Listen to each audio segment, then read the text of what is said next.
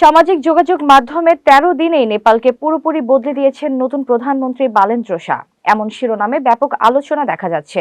তবে বাস্তবে তিনি নেপালের প্রধানমন্ত্রী নন। বর্তমানে তিনি নেপালের রাজধানী কাঠমান্ডুর মেয়র হিসেবে দায়িত্ব পালন করছেন। বিস্তারিত ডেস্ক রিপোর্টে।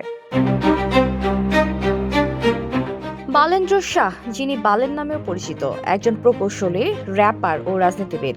২০২২ সালে তিনি স্বাধীন প্রার্থী হিসেবে কাঠমান্ডুর মেয়র হিসেবে নির্বাচিত হয়ে ব্যাপক আলোচনায় আসেন। দুর্নীতি, অব্যবস্থাপনা ও নগর পরিষেবার ঘাটতি নিয়ে তার কঠোর অবস্থান তাকে তরুণ প্রজন্মের মধ্যে জনপ্রিয় করে তোলে।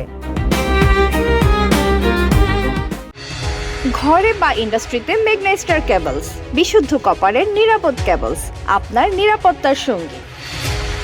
সম্প্রতি সামাজিক মাধ্যমে দাবি করা হচ্ছে যে তিনি স্বল্প সময়ে নেপালে বড় পরিবর্তন এনেছেন।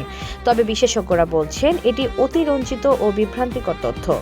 স্থানীয় প্রশাসনের প্রধান হিসেবে তিনি কাঠমান্ডু মহানগরের কিছু সংস্কারমূলক উদ্যোগ নিয়েছেন, যেমন অবৈধ স্থাপনা উচ্ছেদ, বর্জ্য ব্যবস্থাপনায় শৃঙ্খলা ফেরানো এবং নগর পরিষেবা উন্নয়ন। তবে নেপালের জাতীয় পর্যায়ের নীতি, অর্থনীতি বা সরকারের কাঠামো পরিবর্তনের ক্ষমতা তার হাতে নেই, কারণ তিনি দেশটির কেন্দ্রীয় সরকার বা প্রধানমন্ত্রী নন।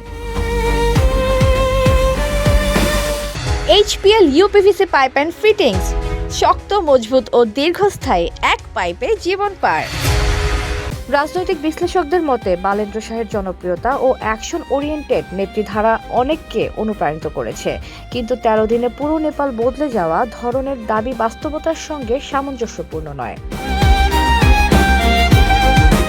বর্তমানে নেপালের কেন্দ্রীয় সরকার পরিচালিত হচ্ছে দেশটির সাংবিধানিক ব্যবস্থার অধীনে নির্বাচিত নেতৃত্ব দ্বারা, যেখানে মেয়রের ভূমিকা স্থানীয় প্রশাসনের মধ্যে সীমাবদ্ধ। এতক্ষণ আপনাদের সাথে ছিলাম তামান্না ইসলাম তন্নি। প্রতিদিনের নিউজ আপডেট পেতে আমাদের সাথেই থাকুন।